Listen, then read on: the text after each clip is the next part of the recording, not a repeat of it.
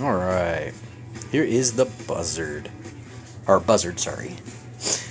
Alright, we are going to install and bind an SR201 into this ECX Ruckus.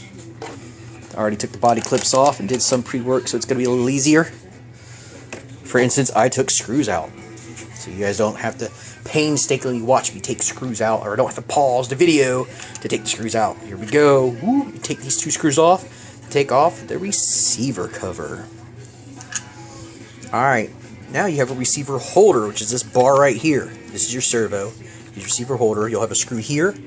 It's underneath that wire. A screw here. Take those two screws out, and that comes off. Alright, I'll get that screw in a minute. And here is the old receiver. Now you'll notice this wire here goes to the ESC. Is in channel 3 and it should be in channel 2.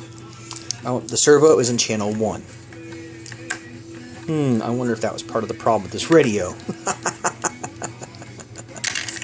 Anyways, another problem with this radio is Mr. Fishing Pole. Yep, anybody want to go fishing? I got my pole ready for this. Intended as my fishing pole. Okay, we're not going fishing. I'm putting in more efficient from a 27 megahertz 27 megahertz receiver, which, by the way, this was a workhorse receiver. I can't totally knock it. That's my Paper Jams guitar, by the way. But it's been a workhorse, great little radio, so I can't totally bash them. They did a great job for what they were. Alright, I'm going to put this one inside that little box thing there, screw it back on, and I already know it's going to be smaller. As you see when I put it in here, try to size it up.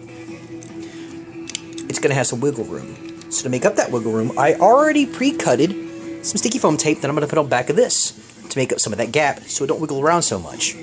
So that when I put it in, it'll be more stable. When we do that part, screw it back in, plug the servo into channel 1, and channel 2 is going to be the ESC, and then I'll put the bind plug, which is this thing right here, sorry, right there, into the B and D, which is bind. When I get that done, I will start the video again. Alright, upon further investigation, I realized something. I'm going to have to do a mod. This receiver box doesn't have the little slit holes that the Traxxas one does, or the original receiver box that came in the Ruckus. See, its servo here has this extra little lip that I'm going to have to take a primper and pry off. I don't know if you can see that if my camera is going to catch that from this angle without the proper lighting. But you see there's an extra lip here that helps slide it on. I know the black is negative, so when I look at the receiver here, it says the middle one is positive of the peg, and on this side right here, if you look on top, the negative line, a little minus line, that's the negative leads. So the black lines will line up there for the negative. So I know which way they're going to slide on, so that's not going to be a problem. I just have to go in here and snip this little extra guide slide wall thing off with some clippers. Let me do that and be right back. Alright. Something else I noticed that I said wrong here. Oop. Let me tilt that up. There we go. Alright, the top one is for throttle. Right here, that first one. And then the second one is for steering. Steering is a servo. The top one's for throttle. There is no first, second channel. It's throttle, steering, then bind. Alright. Here we go. Starting the video back up.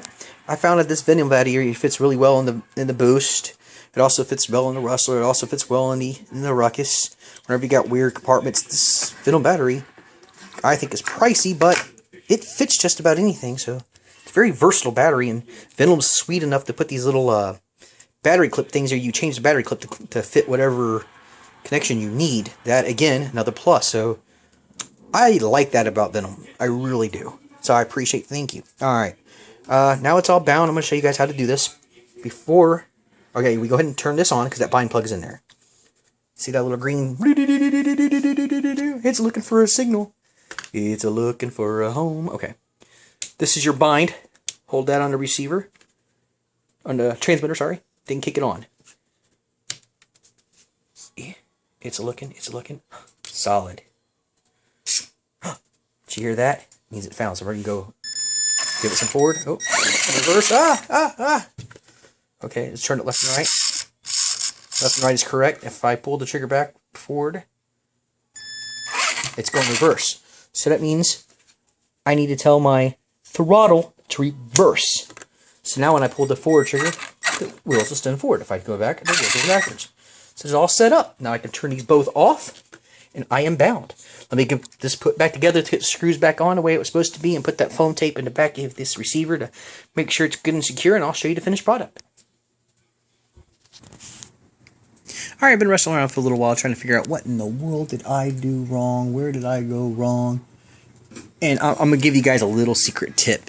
When you get together and things are not working right, see, when I'm messing with little things like the bind plugs and stuff, I put them in here when I'm done. When I realized it wasn't where I would put it, that meant I left it on the receiver. So now I got to take it back apart and get it out. Alright, just a little tip, don't forget the bind plug. Next thing I did, remember this bucket of got all kinds of foamy stuff in there? I tried to play around the different foams that I had until this battery barely reached that little wall over here. Let's see if I can get that light in there. So I had to push it backwards for it to fall in so it would be nice and secure and snug. See, those foams came in play after all. And yeah, as you look, I got my daughter's XL5 out of a Rustler into here. Still got the 20-turn motor down here from the original 20-turn motor in the motor. Still going. So I wish I was smart enough to put these things called lights on my truck so I could do a night run, because I finished this all at night.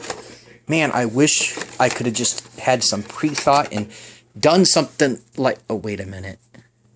I did. So we can get a nighttime running video. Alright, look forward to getting that up after I get this video up. I'll go report both right back, but you know, when I post them, I'll probably post one, wait a little, I'll post the other. Because after I post it, I'll watch it and see if I need to stabilize or whatever else. Alright, thank you guys.